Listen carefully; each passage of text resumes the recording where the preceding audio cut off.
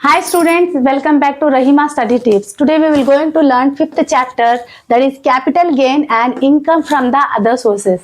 Okay, so this is the performer. Let me explain. Performer draw करने से पहले आप लोगों को लिखना है यहाँ पे कंप्यूटेशन ऑफ जो कुछ भी एसएससी रहेगा, you have to mention the name of the SSC, income from the capital gain for the assessment year. अभी प्रेजेंटली अपना असेसमेंट ईयर 24-25 है. Okay, and the particulars consideration received. Consideration, we already learned about the consideration. What do you mean by consideration? Something in return. Okay, अब I think आप लोग business law में पढ़ चुके हैं.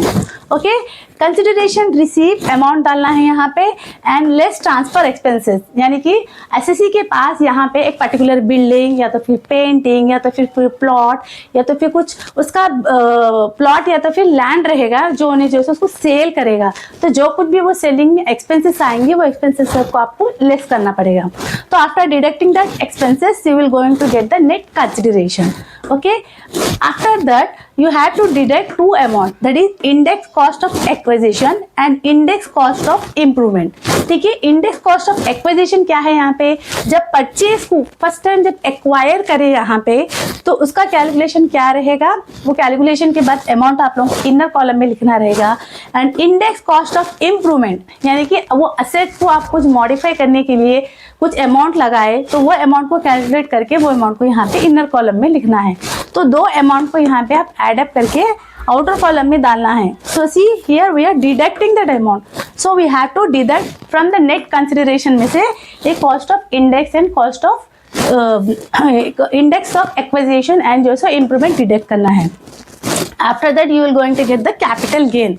Okay, most of the time में आपको capital gain ही पूछता है. अगर इन केस आपको taxable income from the capital gain पूछा तो यू हैव टू, ये एग्जेम्पशन से आप लोगों को डिडक्ट करना पड़ेगा.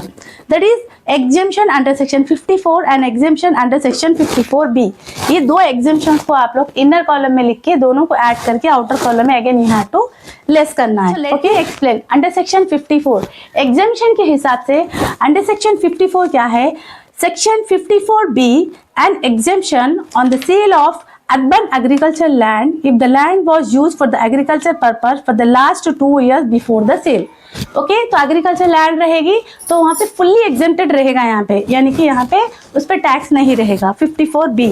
एंड व्हाट इज 54 सेक्शन क्या है यहाँ पे, इनकम टैक्स एक्ट के हिसाब से it provide the exemption on long term capital gain from the sale of residential property if the proceed from such a sale of reinvestment in purchasing or construction another residential property within the specified time. Okay, this is section 54 के हिसाब से है. तो ये दो sections को आप लोग याद कर लीजिए और ये दो अमाउंट्स को यहाँ पे लिखना है. Again you have to deduct the outcome is taxable income रहेगा. तो मैं आप लोगों को एक एग्जाम्पल बोलूंगी, आप लोगों को ऑलरेडी मैं आप लोगों को एक क्वेश्चन डालूंगी, वो क्वेश्चन में ये अपन प्रॉब्लम सॉल्व करेंगे. Okay, let me read the question.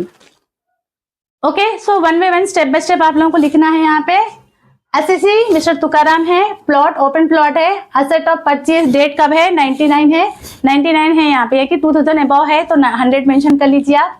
Amount है ये एक्चुअल अमाउंट है, ये एक्चुअल अमाउंट है. Okay, actual amount of the asset sold करे कितने में है, ठीक है 4,25,000 में है, बट मार्केट वैल्यू है कि 8 लाख है.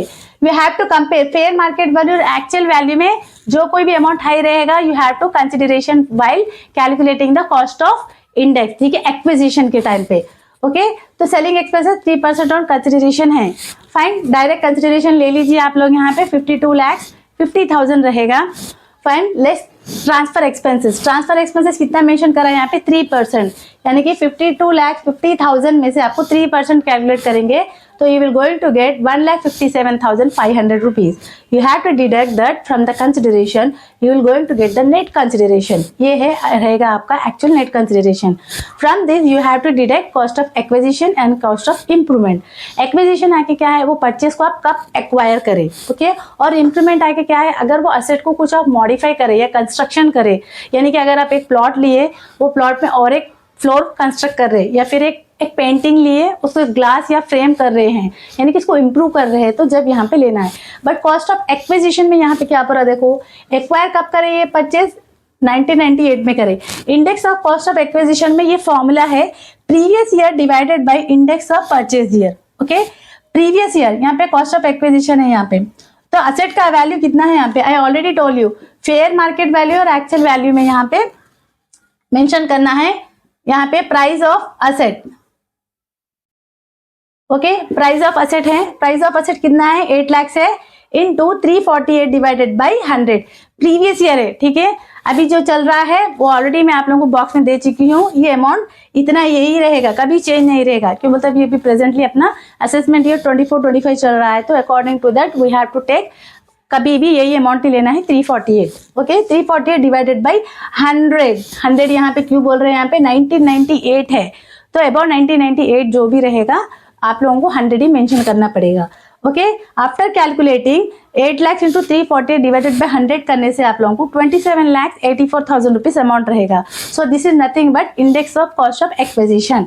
Index of cost of acquisition amount कितना है 27,84,000 रुपीज है। Okay, and index of cost of improvement है, यानी कि जैसे प्लॉट को कुछ इम्प्रूव करे, यहाँ पे कंस्ट्रक्शन करे, तो दैट उसका फॉर्मूला आगे क्या है बोल तो index of cost of improvement आगे क्या है previous year divided by index of जो भी इनकम एक्सपेंसेस को जो ईयर में रिकर करे उसको, यानी कि उसको इंकर करे, तो यहाँ पे आगे क्या है ऑलरेडी यहाँ पे मेंशन करा है क्वेश्चन में कि इम्प्रूवमेंट कॉस्ट आगे क्या है यहाँ पे 5 लाख है, 5 लाख इंटू सेम 348 चेंज नहीं रहेगा, क्यों बोलते अभी अपना असेसमेंट ईयर के हिसाब से 348 ही रहेगा इनकम टैक्स एक्ट के हिसाब से। तो डिवाइडेड बाई इंडेक्स इनकम कब करें यहाँ पे 228। ओके, कंस्ट्रक्शन है ना, कंस्ट्रक्शन का चल रहा है यहाँ पे, कंस्ट्रक्शन का ईयर कितना है 220 है, so you have to divide that amount 220, so you will going to get 79 lakhs 7,90,900। Okay, 7,90,900 रहेगा। बोथ द अमाउंट आप लोगों को यहाँ पे ऐड करके और ये अमाउंट को डिडक्ट करना है यहाँ पे। ओके, अगेन फ्रॉम डिडक्ट करने के बाद जो है सो आपको जो अमाउंट आएगा वो कैपिटल गेन रहेगा। फाइन, क्यों बोलते ये क्वेश्चन में आपको only capital gain find out करने के लिए बोला है यहाँ पे। अगर इन केस आप लोगों को इनकम टैक्स या फिर टैक्सेबल इनकम फाइंड आउट करो बोले तो यहाँ पे आप लोगों को ऑलरेडी देता है कि एसएससी एग्रीकल्चर लैंड या फिर कुछ और लैंड परचेज कर रहा है, नया लैंड परचेज कर रहा है, या तो फिर उसको वो लैंड परचेज करने के लिए कुछ बैंक लोन लिया यहाँ पे, तो वो अमाउंट यहाँ पे लिखना है, उसके हिसाब से उसको एग्जेम्प्टेड हो जाता है। I know you know that ये what is the meaning of exemption. ठीक है, यहाँ पे उसको पे करने की जरूरत नहीं रहेगी, इसीलिए इसको लेस कर रहे हैं यहाँ पे। सो टिल अपना कैलकुलेशन यहीं तक ही जाता है। Okay, so this is a problem related to the capital gain. Sorry, देखो computation of mister Tukaram SSC है income from capital gain for the assessment year. Assessment year क्या है अभी 24 से 25 है। ओके,